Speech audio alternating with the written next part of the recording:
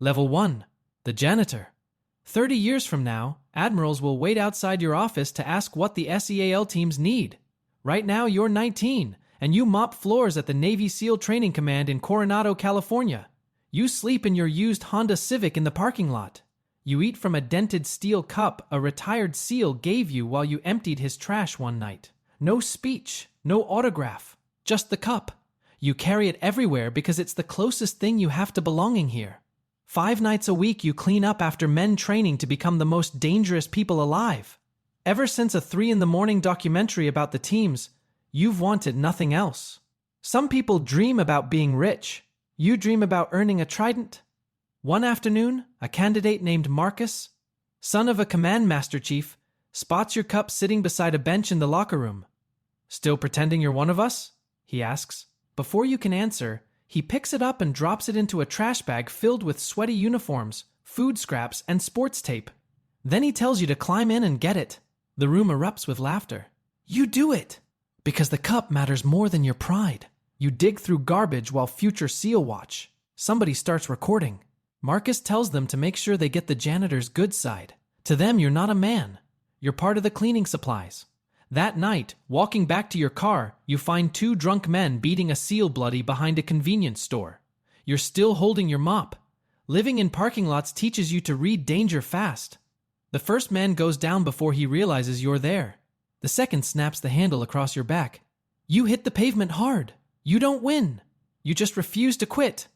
By the time base patrol arrives, you're still fighting. A Master Chief named Boone watched the whole thing from a Ford F-150 older than you are. The bleeding frogman is one of his. He isn't impressed by how hard you hit. He's impressed by something else. And what he saw is why the man who made you climb into the trash will, 30 years from now, sit across your desk and ask for permission to enter your office. Level 2. BUD's candidate. 58-degree water. 40 minutes in it, arms linked to 7 other men, while an instructor explains, very calmly, that the way out is 8 feet behind you. A brass bell. Ring it 3 times and the cold stops forever. The man who watched from his truck was Master Chief Boone. He didn't pull a string because there are no strings to pull. He told you the truth instead. Enlist, sign the SEAL contract, pass the screening, and they'll let you try out for the hardest school the Navy has. So you did. Boot camp, a swim, a run, a stack of push-ups that bought your slot. A year after you cleaned this place for minimum wage, you're standing on its grinder in Class 271 as a candidate, holding the only thing Boone ever gave you. 4 words at the door. Back of the boat, don't quit, don't die. At the time it sounded like a sentence. Marcus is already out in the teams, writing his father's name through doors that stay shut for everyone else. You'll catch up to him. That's the whole problem. They put you in the slowest boat crew, in gear that smells like the men who quit wearing it, because nobody washes a quitter's kit. Your job, the instructors decide, is to find the exact moment you break, and then break on schedule. They teach you to drown a little, on purpose. Hands tied, feet bound, dropped in the deep end. Panic burns oxygen. Calm buys seconds. The men who fight the water quit by Wednesday. You don't fight the water. You've been underwater your whole life. The pool just made it official. Hell week, 5.5 days. No sleep, that counts. Night 4, the crew beside you is half gone. The man next to you on the log, older, 2 kids, a name you never fully caught, stands up at 0300 and walks to the bell. He rings it. The sound is in your chest before his spot on the log goes cold. Then your own breath changes. The same flutter you read in other men, you feel it now in yourself. The half second where the body votes to quit before the mind gets a say. You refuse it. Not with willpower. With meth. The bell is permanent. The cold is temporary. And you have spent 19 years getting very good at temporary. So you run the obstacle course alone. After evolutions when your hands won't close. The cargo net, the slide for life, the transitions nobody bothers to teach you. You have no right to this movement. You take it anyway. 1 frozen rep at a time. Years from now, when you run the training command, what you teach goes into doctrine, and the name on the cover is yours. That's a long way off. 3 ranks and 2 wars at least. The cold doesn't care. You secure Hell Week. Secure, not quit. There's a difference you'll spend a lifetime explaining to people who weren't there. An instructor who hasn't said a word to you in 6 weeks points at you and gives you the boat. You're the lead. A seaman's pay. $2,000 a month, most of it gone to the truck you sleep in. Lead crew is either a future or a casualty report, and at this level, those come on the same form. You drink coffee from the dented cup on the beach at 04, wonder which one you just signed. Level 3. Petty Officer 3rd Class. They pin the trident on your chest and the word SEAL applies to you now. The word new guy makes sure the asterisk does too. You earned it the way a man gets dragged out of heavy surf, coughing, aware how close the other version came. Then you check into your first platoon and find out the trident was the easy part. The hard part is existing in a room full of men who were raised for this. You stand wrong. You flinch toward rank. You say sir to men who work for a living, and they correct you because in the team sir is for officers and you just called a chief a clerk. You carry yourself like a man waiting to be hit. You don't mention that for 19 years you were. The platoon chief corrects you 14 times in one brief. Not your shooting, your posture, your eyes. Nobody hands you the standard. They land on you the instant you fall short of it. And you learn the rules by tracking which mistakes stop drawing fire. Then an interdiction goes loud. Supposed to be a stop and a search. Instead, 2 armed men come out of a doorway you didn't clear, and the next 3 seconds belong to whoever moves first. You read the closer one's breath the half second before he commits. The same flutter you learned watching desperate people in a parking lot, and you're already moving when he isn't. 2 down! Both yours! The report calls it unorthodox but effective. In this world, unorthodox is the word men use for something they watched and can't teach. What the report doesn't say. The original comms log shows you engaged a quarter second before the confirmation window opened. The report was written after. The log wasn't. It's sitting in a server nobody's pulled yet. 2 weeks later, Marcus's name lands on a unit commendation for that operation. Marcus ran comms from the rear. You read the breath, put 2 men down, bled doing it, and the award has his name on it, because his is the kind of name that lands on awards. Credit drifts up to the names. Blame settles on whoever did the bleeding. Nobody teaches you that twice. A new kid in the platoon, 19, the kind who talks too much when he's nervous, finally works up the nerve to ask why a frogman carries a beat-up steel cup when the exchange sells better ones for $9. It reminds me where I started, you tell him. He nods like he understands. He doesn't. He will, the first time something costs him more than money. $2,800 a month plus dive pay. More money than you've ever held.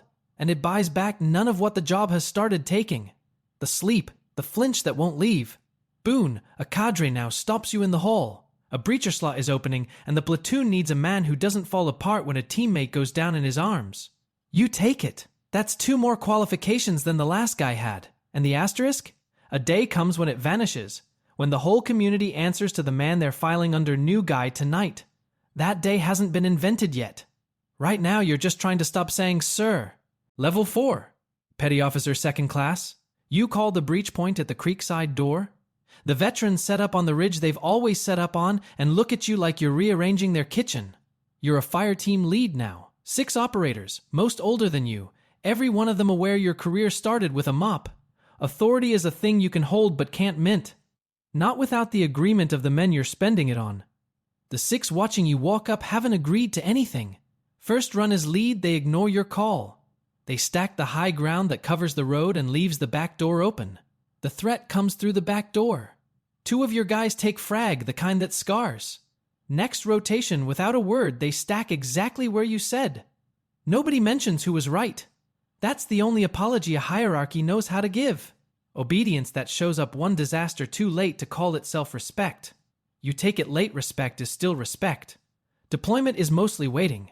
The job is 10% gunfire and 90% fixing gear and keeping exhausted men pointed the right way.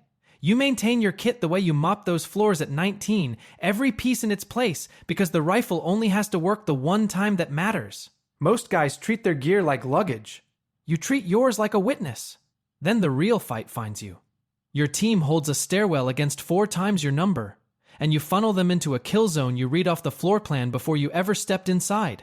Because you've been reading rooms since before you owned a rifle. 40 minutes. You lose 1. They lose 19.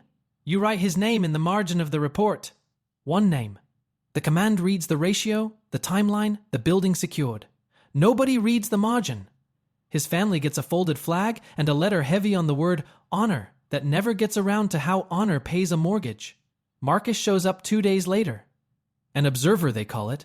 He watched the whole thing from the operations center where nothing could reach him, and his report credits the wind to favorable conditions. Your dead man isn't in it. You are. Once? Misspelled? It isn't hostility. Hostility would mean he sees you as a threat. This is cleaner. Erasure. You're a footnote, and footnotes get cited and forgotten. You make PO2 and they fold you deeper into a structure where a name is currency and yours is counterfeit. $3,300 a month plus special duty pay. You've stopped pretending the number means anything next to the column they don't print, the one with your dead man in it. The cup rides at the bottom of your kit, wrapped in a brown undershirt so it won't rattle against the mags. A new guy named Ray's watches you wrap it the same careful way before every rotation, and he doesn't ask. He just starts wrapping his grandfather's lighter the same way. He doesn't know what the cup means. He knows it means something, and that travels. And the question nobody's asking out loud yet. How long does a reputation built on results last inside a system that runs on names? Level 5, Petty Officer First Class. You stand in front of a class of operators born for this, certifying whether they correctly perform the exact movements you taught yourself alone in the dark, because no one would teach you. The irony is sharp enough to cut. You make PO1 and they hand you the training cell. You own the syllabus now. The first thing you do is take the instinct you learned in a parking lot, the breath before the break, and give it a clean name. The pre-movement read, you have to name it. Instinct from a gutter is suspicious. A technique with a name is curriculum. Same knife, better handle. A command team golden boy tests you in front of the platoon.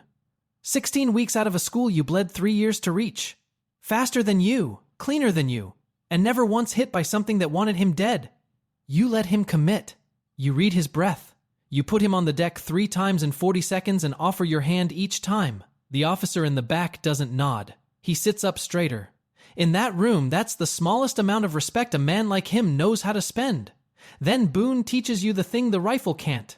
You write a memo proving a pipeline is hemorrhaging money. Clean math. Airtight. Boone reads it and hands it back. Correct, he says. And career-ending if you send it today, because the program belongs to the captain running next month's inspection. Wait for the cycle. Being right is a weapon. Like any weapon, it only matters when you choose to draw it. You file it and count weeks. You send it the morning after the inspection closes. Nobody connects the timing to you. That was the point. Power, your learning, isn't the trigger. It's the schedule, the Manning document, the quiet word in a hallway before anyone's angry. By the time a weapon comes out, the fight was decided days earlier by whoever wrote the plan. A formal dining out. Marcus is level with you now. His name opened every door but couldn't make the boards vote for him, so you caught him. The way Boone said you would. He introduces you to a visiting captain. Our most organic talent, he says. Real gutter to greatness story. The table laughs. You refill his glass without expression. A man who swallows an insult without a flicker is one of 2 things. Harmless, or the most dangerous person at the table. Marcus still hasn't figured out which one you are. You're starting to. You watch him work the room, trading his father's name like currency, and you understand what most men never learn. He needs the room to agree he belongs. You don't. That's the only edge you've ever had. $4,000 a month and a re-up bonus with a comma in it. It looks like a rival. It buys back none of the marriage quietly ending in the team room, none of the knee that clicks now, none of the 4 nights a week you don't sleep. A visitor sees the dented cup on your desk and asks if it's a unit trophy. Family heirloom, you tell him. It's the smallest lie you'll tell all year, and the question that keeps you up. How long does a man from nowhere last in a system that checks where you're from? Because the higher you climb, the more people want to look. Level 6. Chief Petty Officer. They pin the anchors on your collar and you stop being one of the guys. A chief is a different animal. The man every officer leans on and every junior studies to learn what the rules really are. The promotion sounds like a rival. The math sounds like drowning. The wardroom thinks it runs the command. The mess knows better. Officers rotate through every couple of years. The chiefs are the institution, the part that never leaves. Your responsibility triples and your time disappears. You're managing men who manage men. You quietly drop to 2 meals a day so a kid in your division can cover rent, and you call it a discipline thing. They believe you because they want to. Loyalty isn't bought with stipends. It's bought with what people catch you doing when they think you don't know they're watching. Somebody is always watching. A 19-year-old in your division, sharp, the quiet kind who never asks for help. loses a piece of accountable gear that costs more than his family clears in a year. Regulation says mast in a paper trail that ends him before he starts. You fix it yourself at midnight in the equipment cage with the same hands that mopped this command's floors at his age. Same hands, same hour, 2 decades apart. He never finds out. Your senior enlisted does. The next morning he stops saying chief in the tone that used to mean I suppose. A deployment brief, a room full of men whose fathers wore the trident. You say nothing for 2 hours. Then, in 90 seconds, you propose a rotation that cuts a deployment supply cost by 1/3 without thinning the line. The room goes quiet. Not because you're wrong, because the man from nowhere just outthought the bloodlines at their own table, and that's a threat a pedigree has no answer for. In rooms you'll never enter, men start using a word about you. Indispensable. It sounds like a compliment. It isn't. Indispensable means the exit is bolted from their side, and a man who can't walk out is a man you never pay full price. Then command hands you an investigation. Gear, fuel, funds, all vanishing through a senior operator with 20 years in and exactly the right last name. You run it down. He's guilty. You lay it on the table knowing his family is real Navy royalty and yours is a Honda Civic you used to sleep in. He's stripped of his anchors. His people swear out loud to bury you. That's the price of being the cleanest hands in the building. They send you where the dirt is and the dirt remembers who found it. $4,800 a month plus special duty pay. The most secure you've ever been. The least free you've ever felt. Then a message through back channels, the kind that never officially existed. The man you just took down was Marcus's mentor. And the kid who mopped the floors should remember where he eats. You remember. You still have the cup. You hold it that night alone. The dent runs straight through the center like a fault line you've decided not to fix because you don't throw out the one thing that taught you who you are. But a fault line doesn't ask permission to finish. It just waits for enough pressure. And somewhere out in the dark, Marcus is starting to push. Level 7. Senior Chief Petty Officer. You take a man's life apart to save 11 others, and he doesn't even argue. Which is worse than if he would have swung at you. The investigation made you 2 things at once. Trusted by the command. Hated by half the community. In naval special warfare, both are qualifications for the inner circle. The rooms that don't appear on any chart, where the real decisions get made off the books. First assignment in that circle. Pull Ray's off a high-risk billet his body can't hold anymore. The kid from your old platoon, the one who copied how you wrapped the cup, a father of 3 now. Doing it ends the only identity he's ever had. Not doing it gets a team killed. You make the call. The arithmetic is clean. That's the part that ruins you. He doesn't fight you. He sets his grandfather's lighter on your desk on the way out. That's worse. You'll see his face for years. Boone rotated out the year before.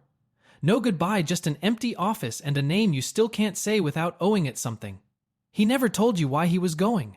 Men who've carried what he carried rarely do. He quietly feeds an inspector general complaint built around the comms log from your first interdiction the quarter second before the confirmation window. The report drafted after the fact to match what happened. He's not wrong.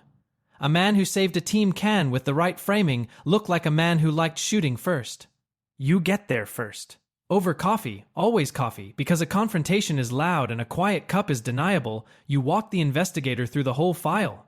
You also pull a note you buried in the OP record 8 years prior, one line flagging the timing discrepancy, signed by the same commander who cleared you in real time. The log was never a secret. Marcus handed it to a man who didn't know you'd already put it there. The complaint dies in a drawer. The best defense against a man digging up your past is making sure it's already on the table when he gets there. So Marcus escalates. A formal complaint. A full panel. He stands up and says this community is being run by a man with no pedigree and a legend the rest of you built for him. The room holds its breath. The presiding Master Chief lets the silence stretch long enough to age everyone in the room, then asks Marcus to name one operation he's led. One program he's fixed. One life he's saved. Marcus lists his bloodline. I didn't ask who your father was, the Master Chief says. I asked what you've done. Marcus walks out with no blood left in his face. Afterward, the Force Master Chief, the most senior enlisted SEAL in the community, pulls you aside. When I rotate out, he says, this seat needs a man who doesn't need a name to run it. Then he looks at you a beat too long. He doesn't say it's you. He doesn't have to. They name you senior enlisted advisor to the whole command. A nobody now speaks for the teams. $5,800 a month, and it's never mattered less, because what they actually handed you is a target with a chair attached. You hold the cup that night. The dent runs through it like a fault line, and a fault line is just a crack that hasn't finished yet. By morning, half the community will be deciding whether to follow you or end you. And the answer depends, like always, on which one costs them less. Level 8. Master Chief Petty Officer. The old Force Master Chief retires on a Friday. By Monday, 3 factions are quietly arguing the chair he promised you should go to a name instead of a nobody. That same week, you read your Master Chief selection message to the command. The rank is confirmed. The seat is still contested. A kid who used to mop these floors pins on Master Chief. The system never planned for this. It rarely does. A young commanding officer tests you.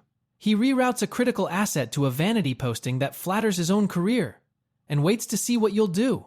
You comply, publicly, on the record. Then you quietly rotate a second element to cover the gap and log it as a training evolution. He finds out in a week, furious for 7 days. On the 8th, almost against his will, he asks what a third option looks like for a problem he can't solve. You answer him. Your order was honored, you tell him. The mission was also covered. When those two things fight, you find the third door. Mentorship starts the moment someone young watches someone older choose right under pressure and decides to ask how. After the panel, Marcus's name stops opening doors. The Navy parks him at a desk and runs out his clock. A man promised everything by his blood, beaten by a man with none, goes looking for someone who'll still pay what he's worth. He puts in his papers and finds one. The worst rumor in the community confirmed. He sold himself to a foreign government that wants America to bleed, training their operators in your methods, a contractor no treaty can reach. Not a defector you can arrest, a traitor you can't. The pre-movement red you invented in a parking lot is being taught right now to men who'll use it on your own people. He chose the enemy because you became the one thing he could never outname. And that enemy backs a destabilization push into the exact district where you held a stairwell as a PO2, where you wrote one name in the margin of a report nobody read. The margin is bleeding again. This time, the man feeding the enemy your playbook knows it by heart. A war of attrition drains the force you rebuilt. Doing nothing reads as weakness. So you find the third door again. You don't outshoot Marcus's program. You outthink it. You feed their network a clean, false picture through the same channels Marcus taught them to trust, route their operation into terrain that beats it before a shot is fired. You took the methods he stole and handed them back loaded. A team you brought up runs point on the over that closes the trap. They don't know whose ghost they're chasing. You never tell them. $6,800 a month now. It can't buy back the one thing the rank took. The ability to walk into a room and not be the most dangerous question in it. Through one captured feed, you see him for the first time in years. Marcus, behind a foreign handler watching the operation he built come apart. The same face that kicked your cup across a locker room floor 30 years ago. He looks away first. First time in nearly 30 years. A man with no doors left does one of two things. He folds, or he burns the building down on his way out. You already know which kind Marcus is, and you already know he'll be back, because a man with nowhere left to go always crawls toward the last door he hasn't tried. Level 9. Force Master Chief, NSW. They make you the most senior enlisted SEAL alive. And the room that fills with admirals and foreign liaisons and salutes is half full of men who spent years trying to remove you. The salute makes the record permanent. That's what a salute is for. 30 years ago, you ate ramen out of that steel cup in the parking lot. Tonight, you set the policy every SEAL in Naval Special Warfare trains by. Nobody in the room mentions the distance. They don't have to. You feel it in your own knees when you stand for the anthem. Marcus comes back 3 months later. Not as an enemy, as a petitioner. The government he sold himself to purged its own program and burned him on the way out. No country, no patron, no charge that ever stuck, and no command that will take his call. He sits in your reception area in the same arrogance, worn down to the thread. The man who kicked your cup across a locker room floor when you were 19. He has a folder of references and a speech about second chances, and gets one sentence in. He wants a single word from you because a word from the Force Master Chief opens doors his bloodline can't anymore. The man who once decided whether you were worth feeding now needs you to decide whether he eats at all. He doesn't mention the cup. You both remember it anyway. You take out the cup, the same dented steel cup. You fill it with coffee from your own pot and set it in front of him. Drink. He stares at the cup a long moment, then at you, then lifts it and drinks. Not because he's brave, because he's finished, and a finished man can't afford pride. He brought the speech. You set the terms. 30 years between the first cup and the second. Some debts you never have to collect. They come back around on their own. A few weeks later, they bring a kid to your attention. 19. Caught running the obstacle course alone at night with no contract, no orders, no reason. A kid who keeps showing up at a fence he isn't allowed through yet. You ask to see him. He stands in your office the way you once stood in front of Boone. Wait in the wrong place. Eyes reading the room before his mouth decides anything. And as you open yours, he reads your breath. The half second before you speak, the exact flutter you spent a lifetime turning into a language. You recognize it the way you recognize a language you invented, spoken back to you by a stranger. You sign the paper that gets him a shot. Back of the boat, you tell him, "Don't quit. Don't die." Boone said those words to you once, and they sounded like a sentence. In your mouth, they sound like recruitment. That night, you push open the side door and walk out to the far end of the lot. Same chain link. Same asphalt. The strip where you used to park the Honda Civic third row, fence side, because the fence broke the wind, is empty. You are the most senior enlisted SEAL alive. The man who once slept here now sets the doctrine everyone trains by. The lot looks exactly the same. The cup is in your jacket pocket. It always is. Somewhere on the base, a kid is running the obstacle course alone. No contract, no orders. You already signed the paper that gets him a shot. You'll say Boone's 4 words when the time is right, and they'll sound different in your mouth than they did in his. You stand there another minute. The cold is the same cold. You spent 19 years getting very good at temporary. Then you go back inside. If this one stayed with you, like and drop a comment with where you're watching from. Subscribe for more.